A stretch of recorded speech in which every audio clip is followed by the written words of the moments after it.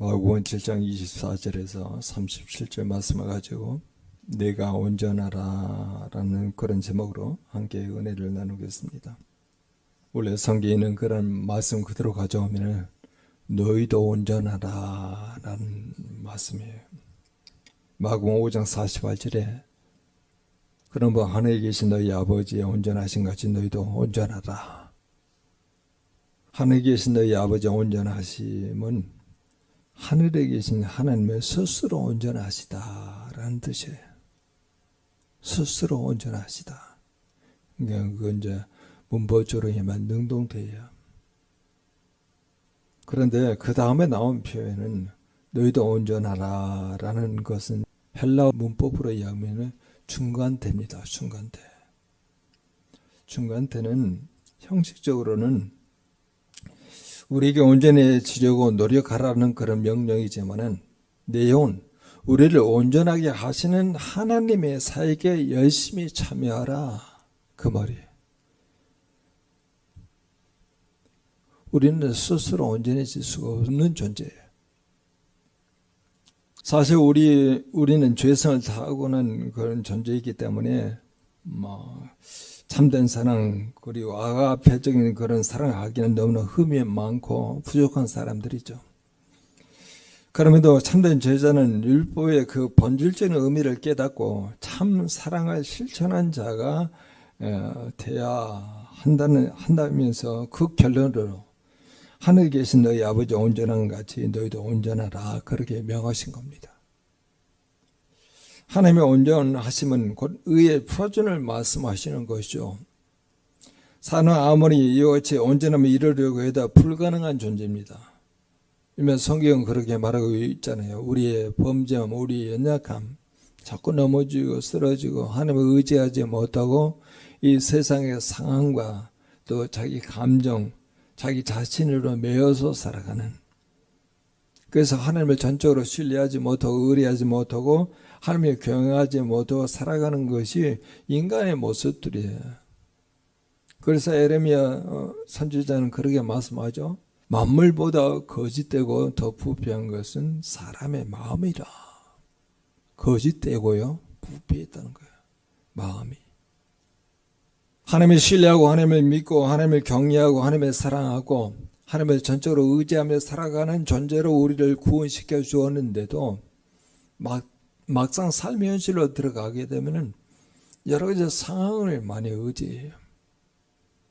그래서 우리의 마음이 상황이 잘 풀리게 되면 마음이 기분이 좋고 하나님께서 내가 믿어줬더니 이렇게 은혜를 베풀어 주시구나 이렇게 생각하는 경우가 많이 있는데, 성경의 여러 가지 흐름을 우리가 보거나 아니면 묵상한 그런 본문을 보게 되면 뜻하지 않은 일들이 너무나 많이 일어나잖아요.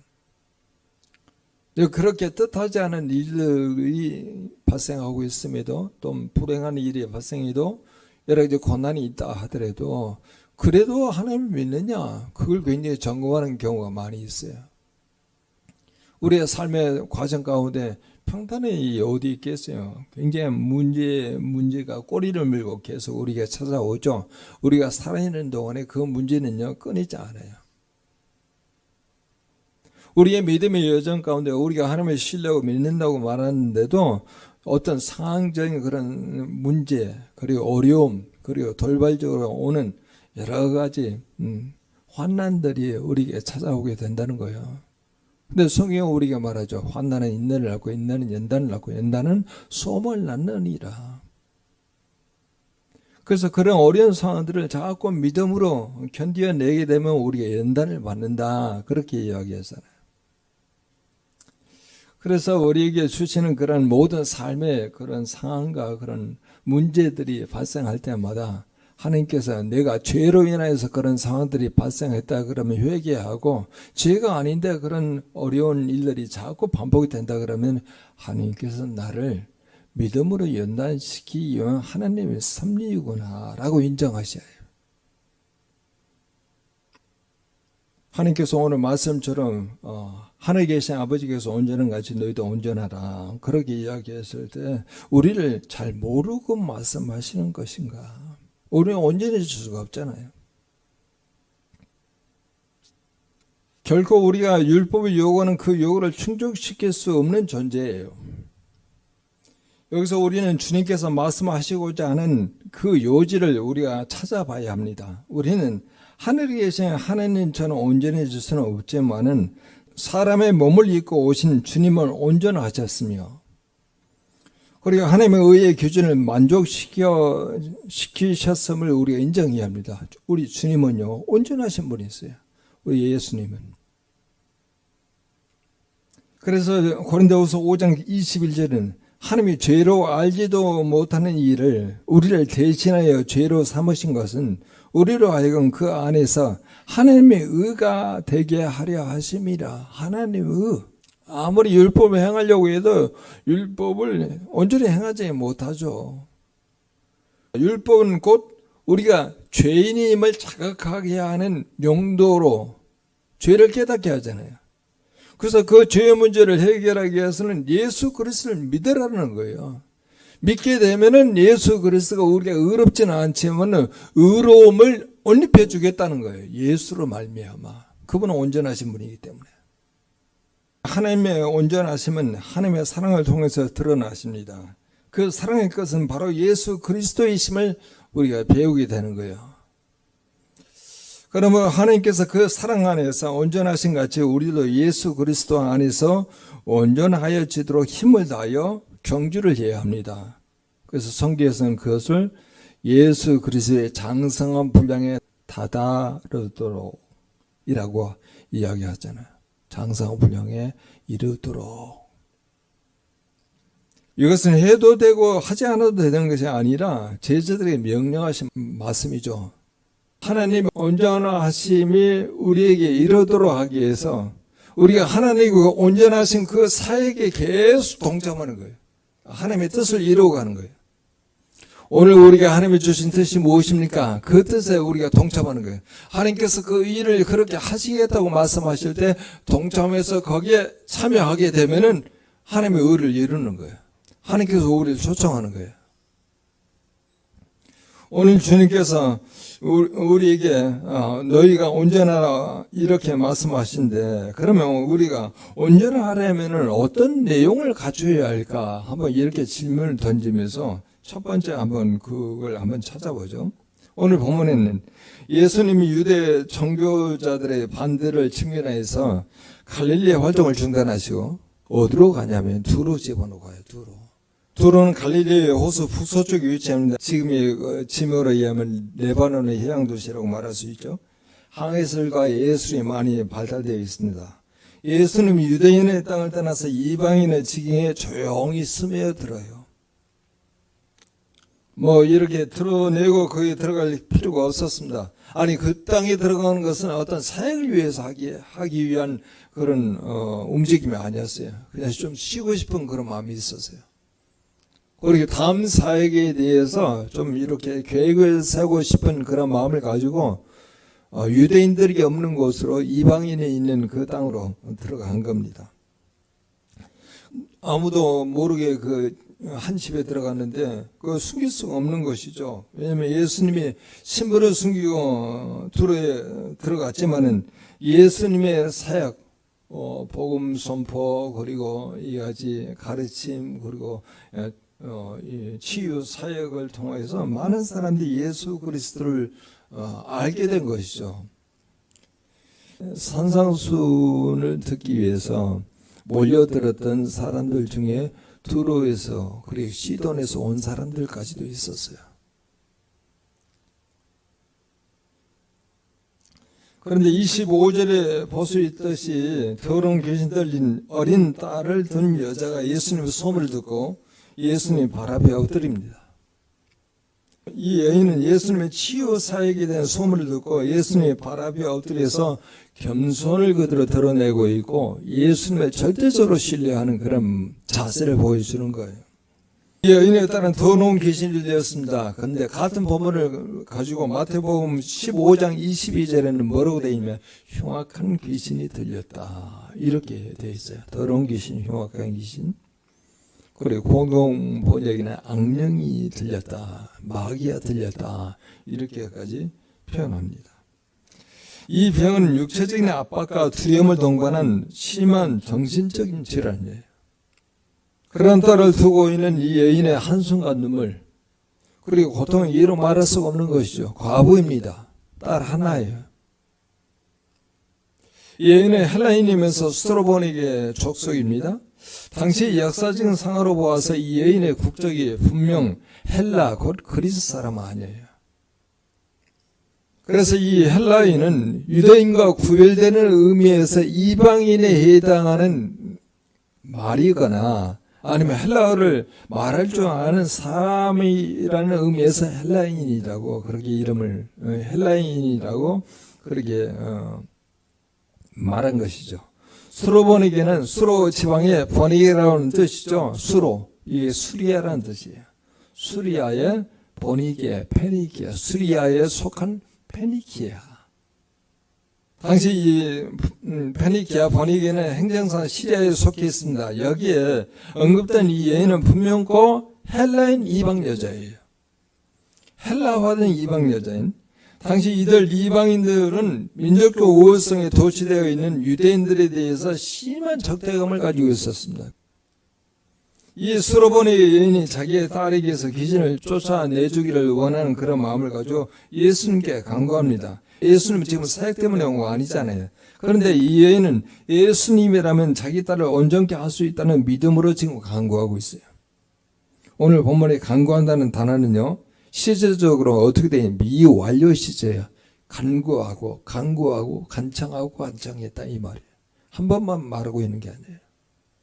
그래서 이 어머니가 자기 딸의 치유를 소망하면서 예수님께 거듭거듭 호소하고 있습니다. 이 여인은 오직 딸의 온전함을 위해서 민족적 반감이나 혹은 개인적인 자존심을 모두 팽개치고 예수님께 매어 달리고 있습니다. 그런데 예수님의 여러분 반응 보십시오. 여러분 27절을 같이 한번 읽어볼까요? 같이 읽겠습니다.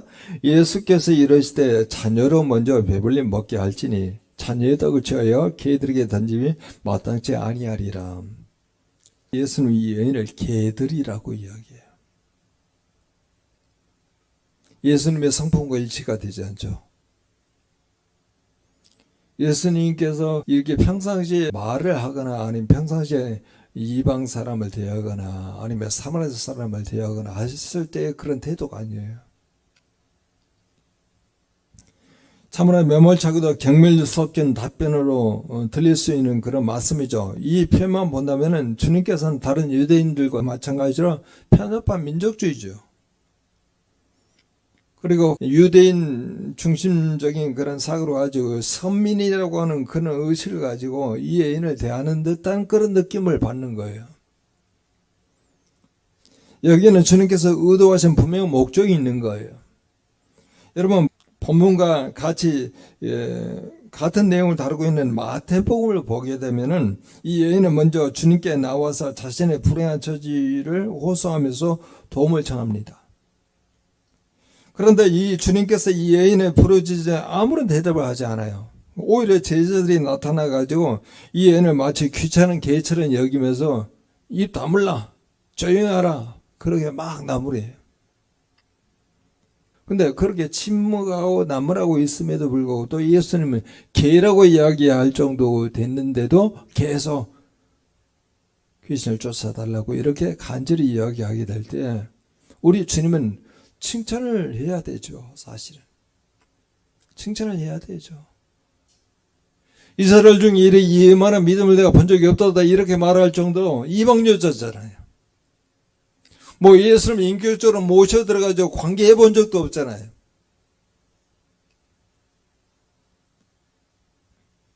예수님께서는 이 여인에게 칭찬하냐 이처럼 싸늘하고 냉정한 말씀을 하신 것은 이 여인의 믿음을 시험하기 위해서 그러는 거예요. 그래서 예수님께서는 이 여인이 가지고 있는 그 믿음을 더 연단하고 강화시키기 위해서요. 그렇게 매몰차게 속이 없는 말을 한 거예요. 그런데 여러분 보십시오. 이 여인이 그렇게 말하잖아요. 주여 오소이다마는 상 아래 개들도 아이들이 먹던 부스럭을 먹나이다. 자기 자신을 개로 인정하고 아이들이 먹는 상 아래에 아이들이 먹는 그 부스러기를 먹나이다. 제가 먹겠습니다. 제가 먹겠습니다. 자존심 다 내려놔요. 모멸감 다 내려놔요. 당신은 내 딸의 귀신을, 흉악한 귀신을 내쫓을 수 있습니다 라고 하는 그런 신뢰감을 가지고 그렇게 모욕을 당해도 때로는 침묵을 예수님이 하고 있음에도 불구하고 또 제자들은 남모라고 있음에도 불구하고 자기가 가지고 있는 그 믿음을 계속 이 예수님께 간절히 요구하는 그런 모습을 보고 오늘 예수님께서 이렇게 말씀하십니다. 29절 30절 같이 한번 읽어보자. 같이 읽겠습니다. 예수께서 이르시되 이 말을 하였으니 돌아가라. 귀신이 내 딸에게서 나갔느니라 하시매 여자가 집에 들어간 본즉 아이가 침상에 누웠고 귀신이 나가더라. 예수님과 여인의 귀신 들린 딸은요 거리상으로 멀리 떨어져 있어요. 보통 예수님 귀신 쫓게 될 때 안수해서 귀신을 쫓거나 아니면 그냥 말씀으로 예수 귀신을 쫓아냈거든요. 근데 지금 예수님께서 이 여인의 딸, 어린 딸, 귀신 들린 딸이 멀리 떨어져 있는데도 불구하고 예수님은 이 여인의 믿음을 보고 집으로 들어가라. 내 딸이 귀신 나갔다. 이 여인이 경험하는 기쁨, 얼마나 고통스러운 그런 과정 가운데 딸이 이제 정상으로 돌아가고 온전해진 그 상태를 보았을 때 이루 말할 수가 없잖아요. 온전하다고 하는 그 헬라어가 텔로오이라는 뜻인데 그게 끝이라는 뜻이에요. 그리고 목적이라는 뜻이에요. 그게 히브리어로 이야기하게 되면은 창세기 15장에 아브라함이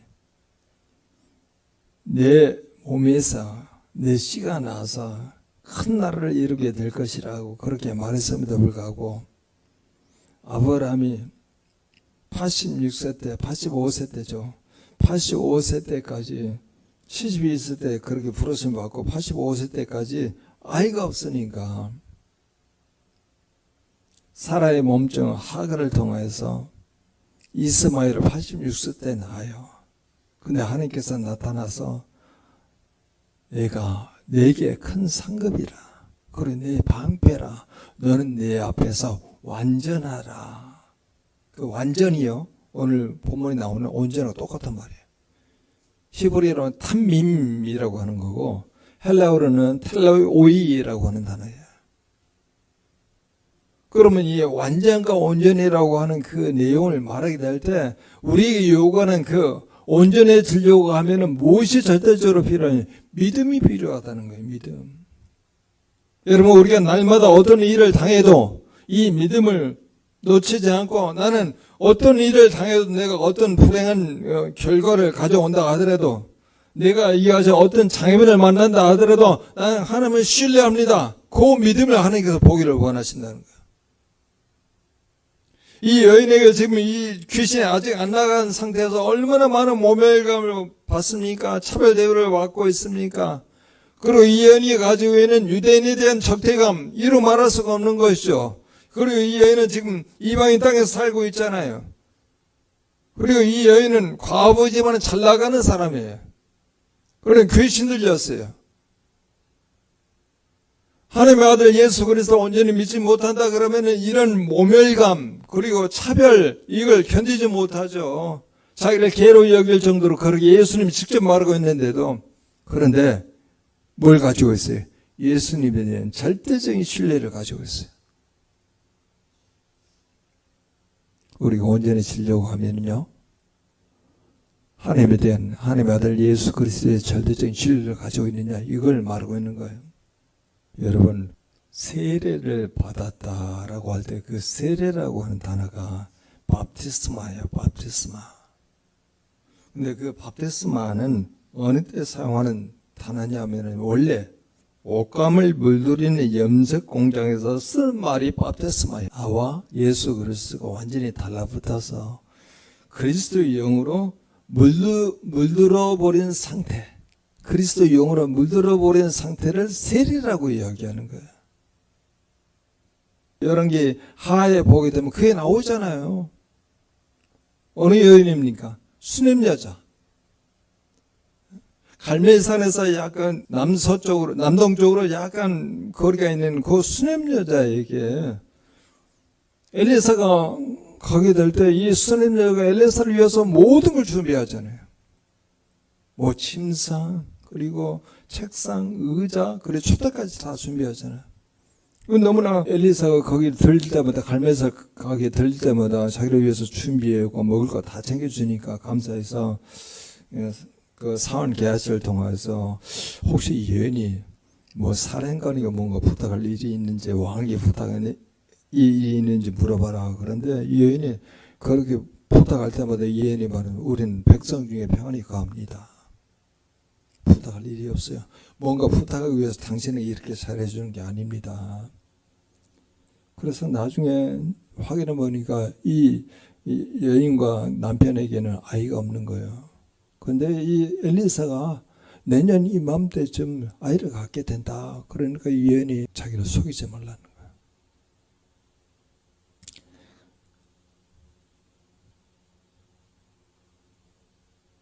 자기가 아들을 구하기 위해서 당신을 잘 접대하는 게 아닌데 왜 아들을 낳는다고 하느냐. 내 남편은 아이를 가질 수 있는 분이 아니다. 나이가 많이 들어서. 없는 아들을 있게 만드시는 하나님이. 아이가 생겼잖아요. 아이가 잘 자라잖아요.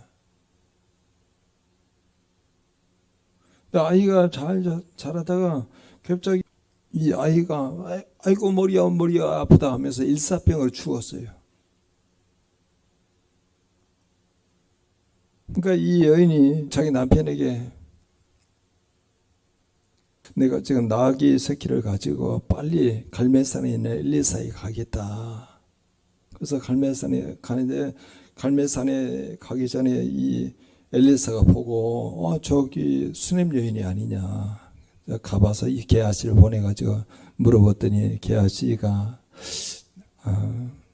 남편은 잘 있느냐, 당신은 평안하냐, 남편은 평안하냐, 그리고 아들은 평안하냐. 그랬더니 다 평안합니다 라고 이야기하면서 엘리사의 발을 잡고,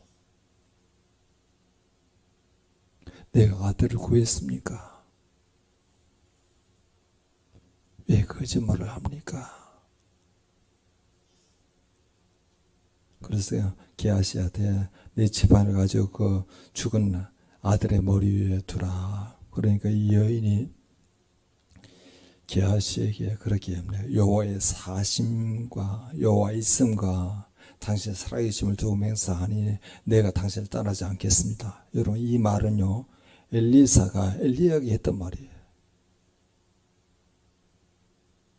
그래서 엘리사가 그 여인을 따라 죽은 아들이 있는 곳으로 가게 됐을 때, 여러분, 굉장히 희한한, 그게 아마 엘리야도 똑같은 일을 했는데 엘리사도 동일하게 이 죽은 아들 위에 입과 눈과 손을 포개해 가지고 그대로 일치를 시켜요.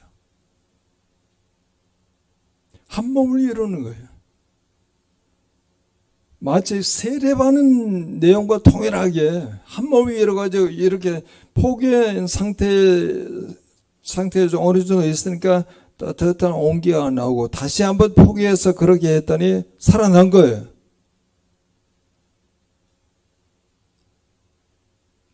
온전이라고 하는 그 내용이 우리의 그림을 보여주는 겁니다. 예수 그리스도가 우리의 부활하셨잖아요. 그의 죽으신 우리가 부활하신 있잖아요. 그럼 부활하신 그 그리스도 영이 우리 성령이 우리 안에 내주하고 계십니다. 내주하고 계시게 되면은 그 성령님께서 우리를 하나님과 일치를 시켜요. 이 엘리사가 그 죽은 아들과 해서 다 일치를 시키잖아요. 일치시키는 그런 과정을 통해서 온전케 되는 그런 과정을 보면서 그건 어떻게 하면 일치되냐. 믿음이요. 전적으로 믿게 되면 일치가 되는 거예요. 상황이 나아지기를 구하는 게 아니고 지금 하나님과 내 자신을요, 믿음으로 일치시키는 거예요. 일치시키는 거. 자, 그러면은 이제 두 번째로 어떤 내용이 있을 때 우리가 또 온전히 이루어질 수 있을까? 두로 그리고 시돈으로 가서 그리고 데가볼리로 가고 그리고 갈릴리로 돌아와요. 굉장히 이동이 많습니다. 근데 이 갈릴리에 오니까 사람들이 귀먹고 말 다듣는 자를 데리고 와서 안수해주기를 원해요. 귀먹고 말 다듣는 사람을 데리고 와서 안수해주기를 원해요. 그런데 우리 주님께서 좀 독특하게 다른 데하고 좀 다르게 어떤 행동을 하세요. 그 행동은 우리가 좀 이해될 수 없는 행동인데 33절 그리고 34절 같이 한번 읽어보면 같이 읽겠습니다. 예수께서 그 사람을 따로 데리고 무리를 떠나서 손가락 그의 양 귀에 넣고 침을 뱉어 그의 혀에 손을 대시며 하늘을 우러러 탄식하시며 그에게 이르시되 에바다 하시니 이는 열리다는 뜻이다. 귀먹고 말 다루는 자를 데리고 왔어요. 안수해주기를 원해서. 근데 예수님은 안수하지 않고 자기의 손가락을 귀먹고 말 듣는 자의 그 귀에 손가락을 집어넣어요. 그리고 자기 손에 침을 뱉어가지고 그 침을 손에 있는 그 침을 그 말 듣는 자의 혀에 대요. 되게 불결하잖아요. 되게 기분 나쁘잖아요. 왜 그랬을까? 그 사람은 귀를 못 듣잖아요. 그래서 느끼게 하는 거예요, 지금. 손가락을 대고, 그리고 혀를 만져주게 되므로 느끼게 하는 거예요. 누구를? 주님을 느끼게 하는 거예요.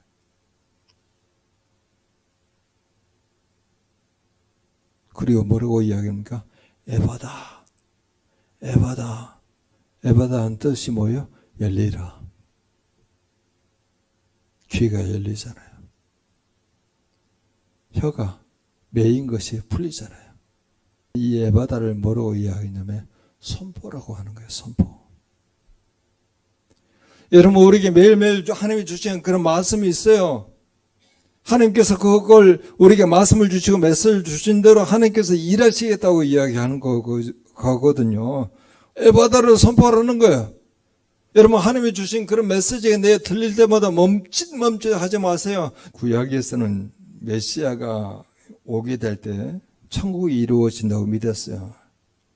그때 천국이 이루어지는 증거를 그때 귀머리가 귀에 열릴 것이요.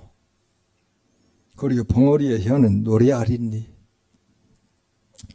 그래서 이 불구자들이 완전히 치유될 것을 예언하는 그런 현상이 바로 천국이 임했다고 하는 것을 말씀하고 있고, 이걸 우리 주 예수 그리스도가 사역을 시작하게 되었을 때 주의 성령 내게 임하였으니 가난한 자에게 복음을 전하게 하시려고 내게 기름을 부으사 나를 보내사 포로된 자를 자유롭게 하고 눈먼 자를 다시 보게 하고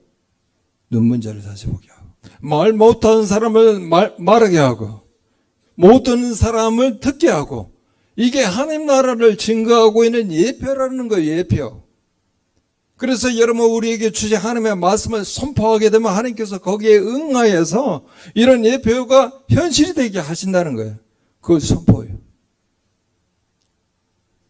우리 주님은 오시자마자 그 이야기 했잖아요. 때가 찼고 하나님의 나라가 갖고 왔으니 선포하잖아요. 그래서 그 이야기를 이사야 35장 5절에서 6절에는 그렇게 말합니다. 그때 맹인의 눈이 밝을 것이며 못 듣는 사람이 귀가 열릴 것이며 그때 저는 자는 사슴같이 뛸 것이며 말 못하는 자의 혀는 노래하리니 이는 광야에서 물이 솟겠고 사막에서 시내가 흐를 것이요 라고 이야기하거든요. 우리는 온전해지는 그런 과정 가운데 처음에는 믿음이 필요하고 두 번째는 뭐가 필요하다고? 선포가 필요하다. 해보다. 자기 자신에게 선포하고 가정에 선포하고 사역에 선포하고 직장에서 선포하고 그리고 사업에도 선포하는 거예요. 그런 36절 37절 같이 한번 읽어봐요. 예수께서 그들에게 경고하사 먹이도 이르지 말라 하시되 경고하실수록 그들이 더욱 널리 전파하니 사람들이 심히 놀라 이르되 그가 모든 것을 잘하였도다. 못 듣는 사람도 듣게 하고 말 못하는 사람도 말하게 한다 하리라. 여러분, 주님께서 이렇게 귀를 듣지 못하고 말을 제대로 못하고 있는 이 사람을 내가 고쳤다라고 하는 것을 말하지 말라고 경계하잖아요. 그런데 사람들이요, 경고하거나 경계할수록 더 많이 전파하는 거예요. 이걸 우리가 불순종했다고 말할 수 없거든요. 그러니까 이건 바로 뭐냐면은 우리에게 뭐라고 해요? 하나님 나라의 확장을 이야기하는 거예요. 하나님 나라의 확장.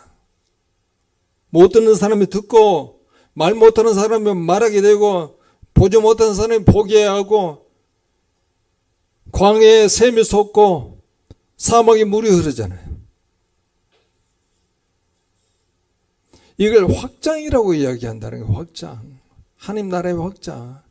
우리가 함께 기도합니다. 정말 온전해지는 것은 우리가 믿음으로 온전해지기도 하지만은 선포를 통해서 온전해지기도 하고 하나님 나라의 확장을 통해서 온전해지는 그런 과정을 우리 전인 가족들이 경험해 나갈 수 있도록 다 같이 통성으로 기도합니다.